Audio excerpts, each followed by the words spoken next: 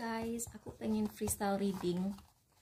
Aku pengen freestyle aja. Jadi yuk mari, apa ini? Ipar. Wow, kita akan menanyakan ipar. Komitmen, komunikasi. Oke, jadi komitmen, komunikasi, dan ipar. Ada apa gitu? Oke, jadi kayaknya ada drama-drama sama ipar. Pindahan. Oh, kamu tinggal sama ipar ya? Ini buat kalian yang tinggal sama ipar kalian. Ini ipar, terus kalian tuh kayak sering cekcok gitu, sering nyinyir-nyinyiran. Terus kalian tuh saking nggak kuatnya tuh kalian tuh sampai sempat berpikir cincin posesif. Oke, kalian tuh sempat berpikir untuk ninggalin pasangan kalian cuman gara-gara ipar. Oke, jadi ada apa dengan si ipar? Wow, ipar kamu sok suci. Terus dia tuh kayak nggak suka sama kreativitas kamu. Jadi dia tuh kayak sirik gitu loh. Dia tuh kayak nggak pengen kamu tuh beda dari yang lain. Jadi dia tuh kayak punya, ipar kamu itu punya sebuah image bahwa misalnya suami yang baik atau istri yang baik itu seperti ini sifatnya gitu ya.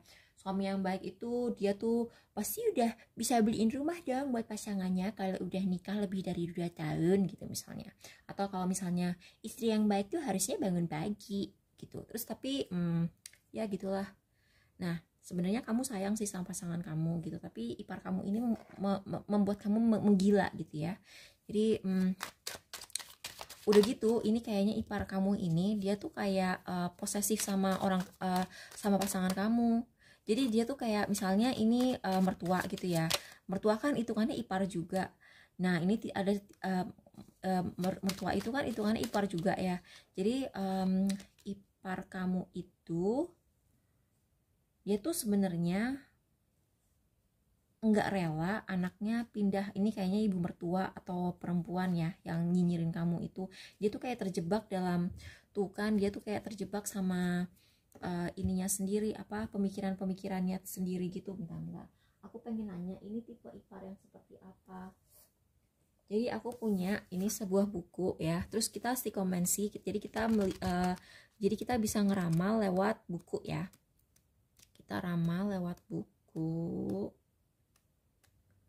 Mana ya halaman yang tipe-tipe mertua itu? Ada satu halaman tipe-tipe mertua. Nah, ini. Nah, aku pengen tahu tipe mertua kamu itu seperti apa. Oke, mertua dingin dan mertua pilih kasih. Nah, ini mari kita baca bersama-sama ya. Pernahkah kamu merasa bahwa mertua kamu terlihat lebih sayang dengan kakak atau adik iparmu dibanding dirimu sendiri? Atau malah sebaliknya, kamu merasa diistimewakan oleh calon ibu mertuamu? Kalau iya, bisa jadi beliau adalah tipe mertua yang pilih kasih. Kalau kamu ada di posisi menantu yang diprioritaskan, kamu bisa sedikit lega karena pastinya kemungkinan terjadi konflik dengan mertua pun berkurang. Tapi bersiap-siaplah untuk dicemburui para kakak adik iparmu kalau kamu ada di posisi sebagai menantu favorit. Biasanya hal ini terjadi karena mereka merasa ada perbedaan kasih sayang dari mertua. Nah, atau mertua dingin.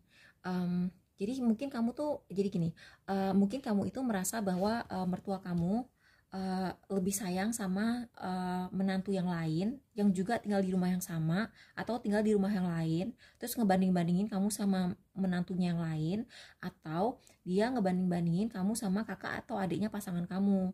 Terus aku juga lihat di sini mertuamu tampak tak acuh dengan kehadiranmu. Jangan-jangan mereka memang tipe mertua dingin yang kurang suka basa-basi dengan orang sekitar. Tuh kan aku bilang mereka tuh cablak banget, jadi kayak komunikasinya tuh nggak cocok sama kamu nih, komunikasi. Jadi sebenarnya di satu sisi mereka tuh nggak rela anaknya pindah dari rumah dia, tapi dia juga kayak nyusahin kamu untuk tinggal dengan mereka gitu loh.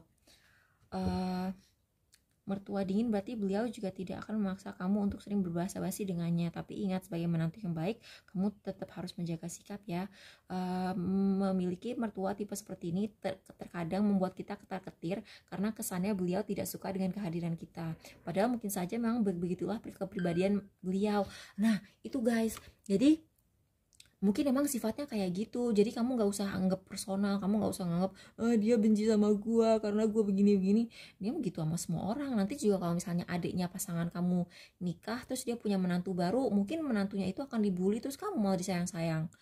Ini orang emang penuh kebencian sih aku lihat. Jadi dia emang selalu ngebully orang gitu, bukan cuma kamu. Nanti kalau dia udah bosen ngebully kamu, dia akan ngebully orang lain. Serius. Kalau ini yang terjadi padamu, keep calm dan ask your husband for guidance. Ya, suamimu pasti tahu sebenarnya apa yang dirasakan mertuamu. Ichu. Jadi memang bukan kamu sih yang salah, tapi memang sifatnya. Nah, kita cari tahu ya, apa sih yang perlu kamu lakukan supaya hidup kamu lebih mudah, supaya kamu tuh nggak usah terlalu stres. Ups, apa ini?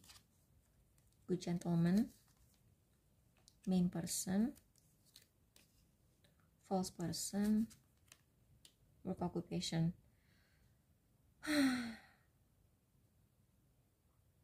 Jadi sebenarnya menurut aku mertua kamu atau ipar kamu itu bukan suami istri yang dua-duanya jahat. Jadi entah bapaknya yang baik, ibunya yang nyinyir, atau bapaknya yang nyinyir, ibunya yang baik. Nah, kamu tuh baik-baikin aja yang pihak baiknya, karena dia akan bikin si orang yang nyinyirin kamu ini luluh. Iya, kamu harus hati-hati. Jadi ini orang, kamu tuh harus strategis, dan kalau bisa kamu kelihatan rajin lah di rumah. Kelihatan rajin. Terus ada juga kayak kakak atau adiknya pasangan kamu yang suka sama kamu, atau sepupunya, aku nggak tahu ya. Tapi kamu jangan depresi. Terus kamu tuh harus, jadi gini, kamu tuh harus sering inisiatif ngajakin si orang ini ngomong. Kamu tuh jangan cuma nangis di kamar sendirian, karena itu malah bikin dia makin marah. Nah, kalau kamu kelihatan tegar, mungkin dia akan luluh sama kamu. Tuh, kamu tuh kamu tuh kayak terlalu cengeng di mata dia gitu. Jadi kalau dia tuh sukanya orang yang tegar, jadi makin dia, maksud aku bukan ngajarin kamu ngelawan ya, jangan dilawan gitu, tapi kayak kamu tegarin gitu. Nah, ini tuh kamu tuh tegarin, terus kayak urusan uang tuh jangan terlalu dibahas banget. Terus kayak false person ini, kamu tuh walaupun kamu tuh dalam hati tuh kayak miris banget, terus kayak nyesek banget, tapi tegarin. Kamu harus bisa acting di depan orang ini tuh. Tapi aku lihat pasangan kamu juga udah ngerti kok sama tabiatnya keluarga kamu ini, yang si ipar-ipar yang nyinyirin kamu ini. Karena ini lihat ya, ini kan topeng. Jadi dia udah tahu lah kepalsuan mereka semua. Nah, nanti kalau kamu punya anak atau kamu belum punya anak, semua itu akan gini. Jadi nanti kalau misalnya buat kamu yang belum punya anak, nanti kalau udah punya anak, semua itu akan berubah. Mertua kamu atau ipar kamu akan jadi lebih sayang sama kamu. Serius. Jadi anak itu bakal mencuri hati si ipar-ipar ini. Tuh, terus mereka akan berhenti menghakimi kamu karena mereka mungkin lebih sibuk kayak lucu banget sih gitu. Jadi jangan sedih ya guys. Terus kalau kamu misalnya kamu susah punya anak atau gimana, juga jangan sedih. Lama-lama kalau misalnya kalian sebagai pasangan udah berhasil nabung banyak, kalian bisa pindah kok dari rumah si ipar ini atau si mertua. Oke, bye bye. Semoga ini membantu ya buat yang sedih. Semoga kalian bisa tabah. Bye bye. Makasih udah nonton. Oh iya, terus jangan lupa juga untuk follow aku di YouTube ya, karena di YouTube aku barusan posting video-video yang durasinya lebih panjang. Kalau misalnya di sini di TikTok kan aku cuma bisa yang durasinya 10 menitan gitu. Jadi semoga ini membantu ya. Bye bye, makasih.